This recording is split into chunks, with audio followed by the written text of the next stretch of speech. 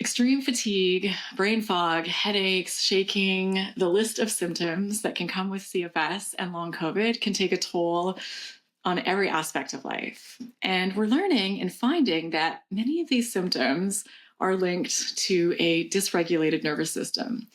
And as someone who's been through it, I know how frustrating and how isolating it can be to search for answers. Hi, everyone. I'm Raelan, and if you're new here, welcome. On this channel, we're all about exploring real-life stories of recovery from chronic conditions like ME/CFS and long COVID, because we're finding that there is considerable overlap between these two conditions. Here we share the highs, the lows, and everything in between, because we know that recovery is possible. Today, I'm excited to introduce you to Oscar. He's over in Sweden after being knocked down by ME/CFS for over 2 years. He had a really rough 2 years with this condition. He did find a path back to full health. And you guys, this is amazing. I am so proud that Oscar's story, as well as all the other stories on my channel, will be included in a rigorous scientific study about recovery. These recovery stories here on my channel, your stories, are being analyzed by a team of medical doctors and researchers. There will be a statistical analysis of the transcripts from the over 150 recovery stories I've shared, including Oscar's, to look for recovery themes, with the aim of publishing this all in a medical journal. So these recovery stories are so important, and it's so amazing to have our patient stories and our lived experiences matter and to start to be taken seriously by the medical community. So let's dive in and dive deep into Oscar's story and learn from his incredible journey. Oscar, so excited to have you here today. Thank you for doing this. Well, thank you. I'm looking forward to it. Yeah, I know it can be nerve-wracking putting yourself out there and sharing your story. I think really people watching take for granted, or potentially do, how this is not an easy thing to do. And you're not doing this in your native language. So you did ask if we could do it in Swedish, but I don't think I will be able to keep up. So thanks for doing it in English. Yeah, so I'm always interested to hear, what was life like leading up to when all of your health challenges started? What did that look like? I was working full-time. Had my kid. He was 8 months when it happened. So I was working, renovating the house, spending time with the family, friends, just doing everyday stuff as most healthy people do. Work out. Yeah, the usual, I think. Yeah.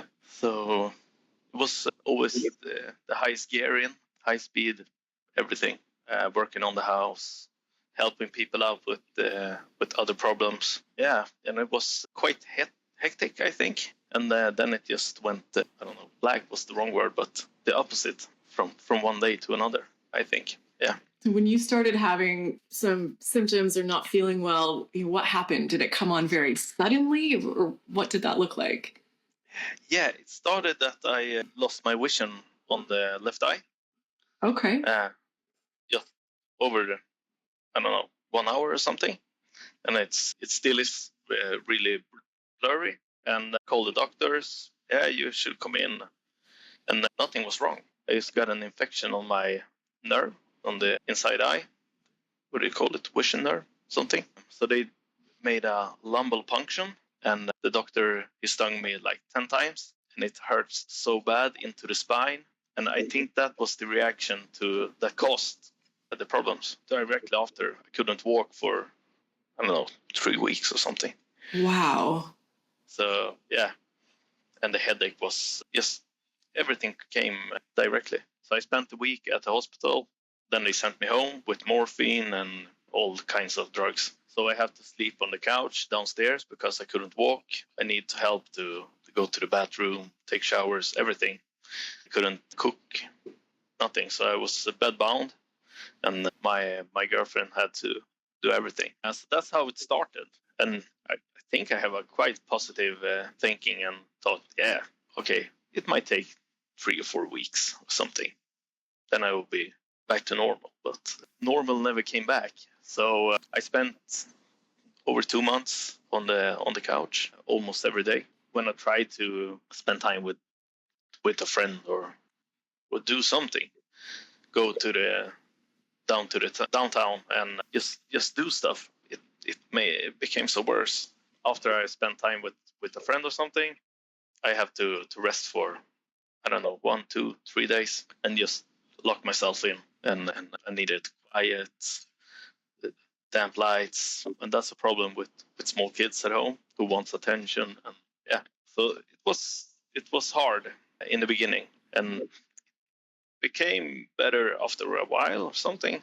I don't know, 1 month of small steps, but I never really got better, really. So then we started to check for alternative ways to get better. And my girlfriend, who was a great person, she found another Swedish guy who had similar problems, and he had tried many different things. But then one day we looked at his video, and he told us about the I Can Try program, and I thought that sounded interesting. So I reached out to Jason, I Can Try, and the change started, and now I'm jumping a whole year, just 2 years.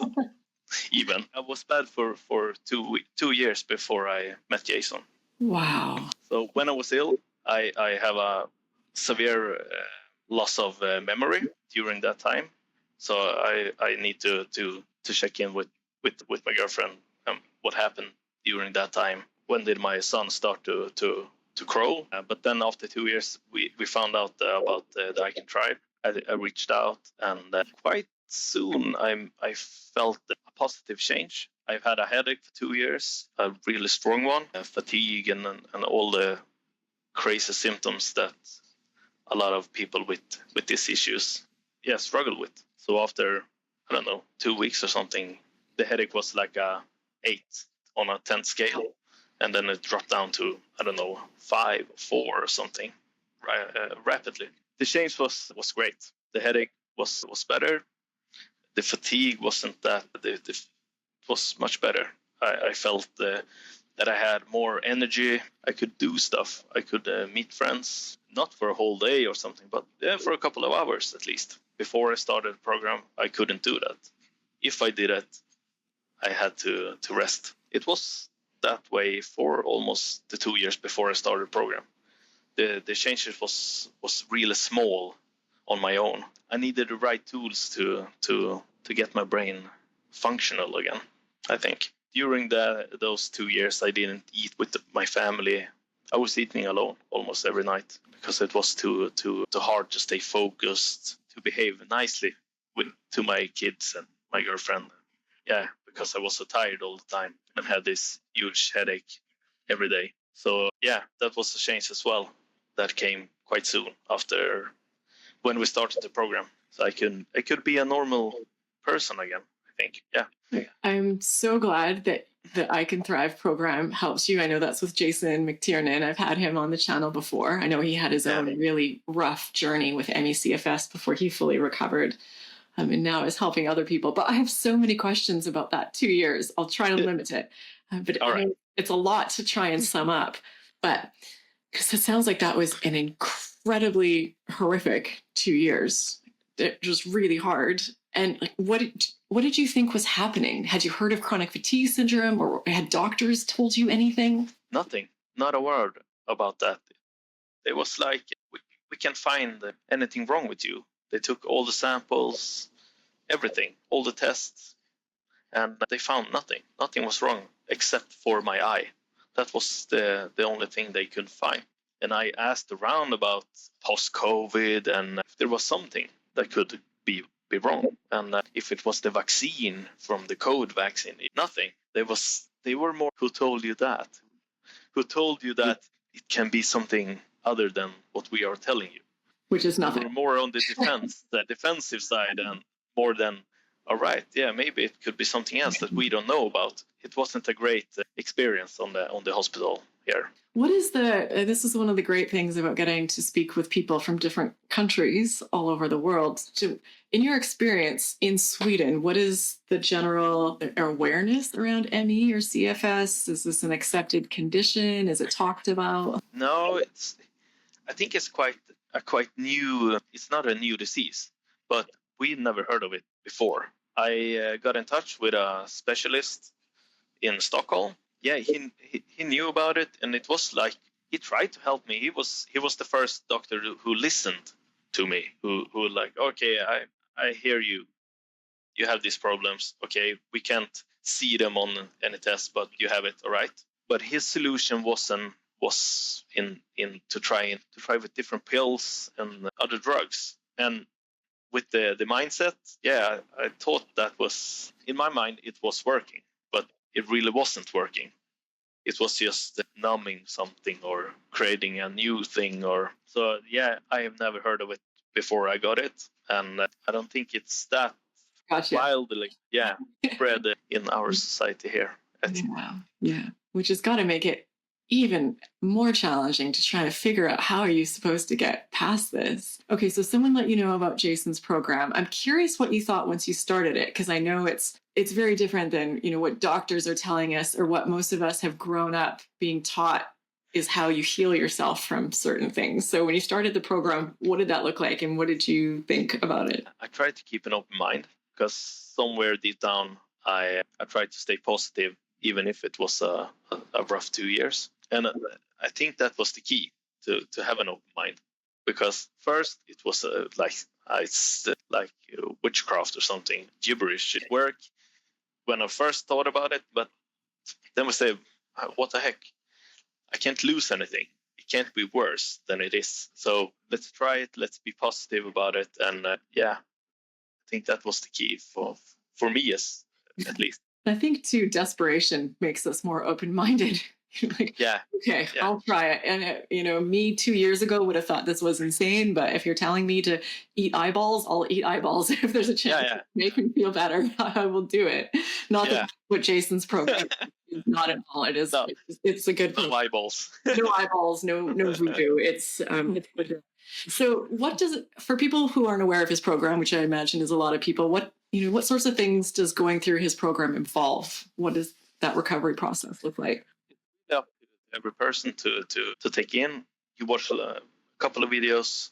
He teaches you some mantras, and you're doing them every day and many times, like every 2 hours or something in the beginning. And you do those mantras in the beginning. It feels hard and quite silly for me. It was, but after a couple of days, weeks, and it's like when you work out a lot. If you're doing sports or something, you feel the need to do them. It's almost like you're longing for the next session when you're doing your mantras, and that helps you to rethink everything. You learn to see the important things every day. You change your way of thinking, I think. And you have some private sessions as well with Jason. They are really helpful. You can ask him questions about your feelings, thoughts, everything. Because, he was ill for 11 years or something. And he knows a lot. He's been through it, and he's helped a lot of people. So he's like a bank of good, intel. Yeah, like that's like CSI shit. Insights, yeah. He's got so much experience from other people with these problems. So he's a really good wall to. Do you have a word for like a wall when you just throw your feelings? We would say like bounce ideas off of. Maybe is that what you're trying to say? Yeah. Or I think so. Yeah, bounce ideas. Similar similar expression. Yeah. I know his program has a strong focus on the brain retraining aspect and the nervous system, and he's a wealth of information on that topic. I've had him on the channel a couple times, but he's got a lot of insight.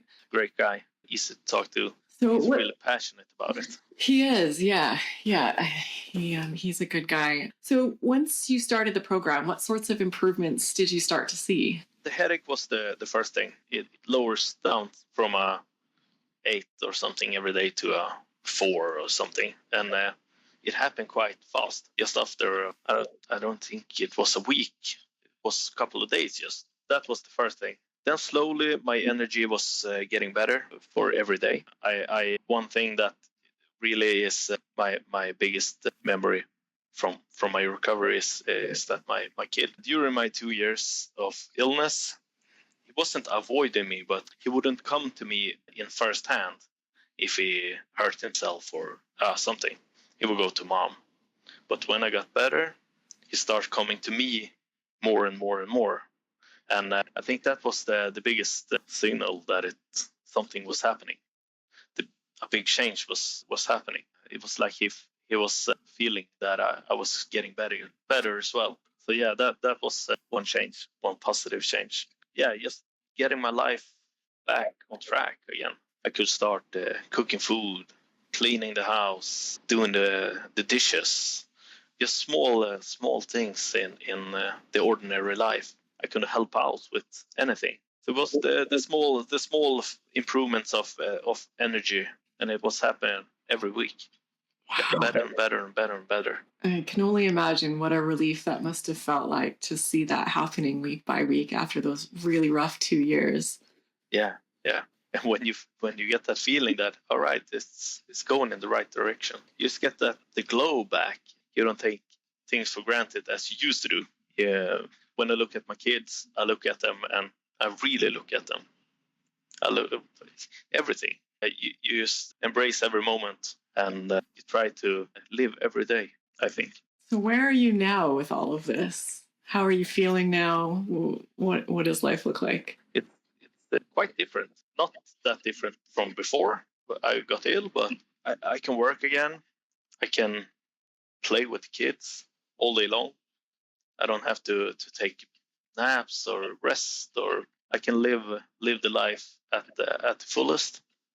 I can meet friends. I can help out, do workouts. Wow. We went on a 2-week skiing and snowmobile trip this winter, and every day we were doing things. Either skiing, go out with the snowmobile. Yeah, it's great. It's really great. Do you have these moments? Because I still have them. Like I'll be out snowboarding or doing something or have a really full day, and I still have these moments where I think, wow, I just did that. Like there were moments where I didn't think I was ever going to do this again. And like, look what I just did. This is incredible. Yeah, I have almost every week. Yeah. I mean, we have this small house, but a big job. And now when I'm better again, I can start working on it again. Sometimes it's quite heavy lifting or something. And I do the work, everything, take a cup of coffee and just sit down and, all right, let's do the next thing. I manage now. It's great. I couldn't do it for 1 year ago. I wouldn't do half of it. Half of the things I do today. Yeah, they are great. So has this experience that you've gone through, has it changed you in any way? Yeah, I think so. I have learned to say no to things. I really love to help people if they have a problem or something. But I'm not just jumping on the train directly. I think I'll listen to a friend's problem or something. Okay, can I really help this one easily without hurting me in the process, or that I will, what do you call it? Overachiever, I think. Yeah. Yeah. So I've tuned that down and focus, just try to focus on me and the family first. And then I can help people, or what else? Do I need to cut the grass today? Or are we going swimming? Prioritize, I think. What's most important now? Is it to hang out with the family or something else? I don't know. Yeah. I have learned to prioritize in another way than before, I think. Yeah, I think that's a really good point. And I love that sentence you said, can I help this person without hurting me? I'm going to use that. That is one of my new mantras. That is really, really good, really clear, powerful way of thinking of it. Yeah, and that has helped me a lot, I think. So how do you feel about things moving forward? Are you worried about health problems coming back, or what do you see for this next phase? Not really. I'm quite confident that it won't happen again. And if it does, I know I can handle it. I know what to do. I know I've got the tools now.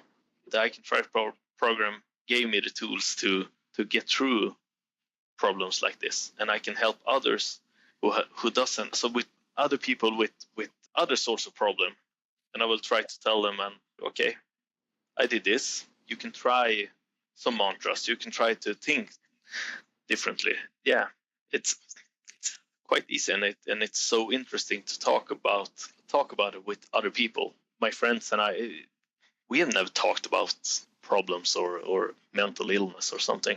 This has opened up a conversation that I've never had before. Yeah, I find I for a long time I tried to not talk about it with people because I didn't think they'd understand. And I just didn't want to share that part of myself. But as soon as I started, I found that there was almost relief in other people, that they also had something that they wanted to share, and that we're all carrying around these things that we're pretending aren't happening and just putting on our mask of everything's okay. And virtually every time I share a piece of my journey with someone and kind of open up, it's just, it just takes down this barrier, and all of a sudden you're like, oh wow, we're having a real conversation. This is great. Yeah. I feel so too. Yeah. And it's easy to talk with new people because as you say, in the beginning it was just the closest friends and family who knew about it. Of course, when my girlfriend was at some event or something and they asked where I was, she had to tell them that I was sick. But no one really understood until I started to talk with them about it. And they was like, you're tired. And so what? Yeah, we're all tired. Yeah. Is it stress? Yeah, maybe. I don't know. But it's easy to talk about. And it's easy to get a connection with other people when I open up a little bit. It's great, I think. That's amazing. Well, I'm really sorry, of course, that you've had to go through all of this, but how incredible that you've made it past here and are doing so well now. And I really appreciate you sharing your story. I know people watching are very much going to appreciate it.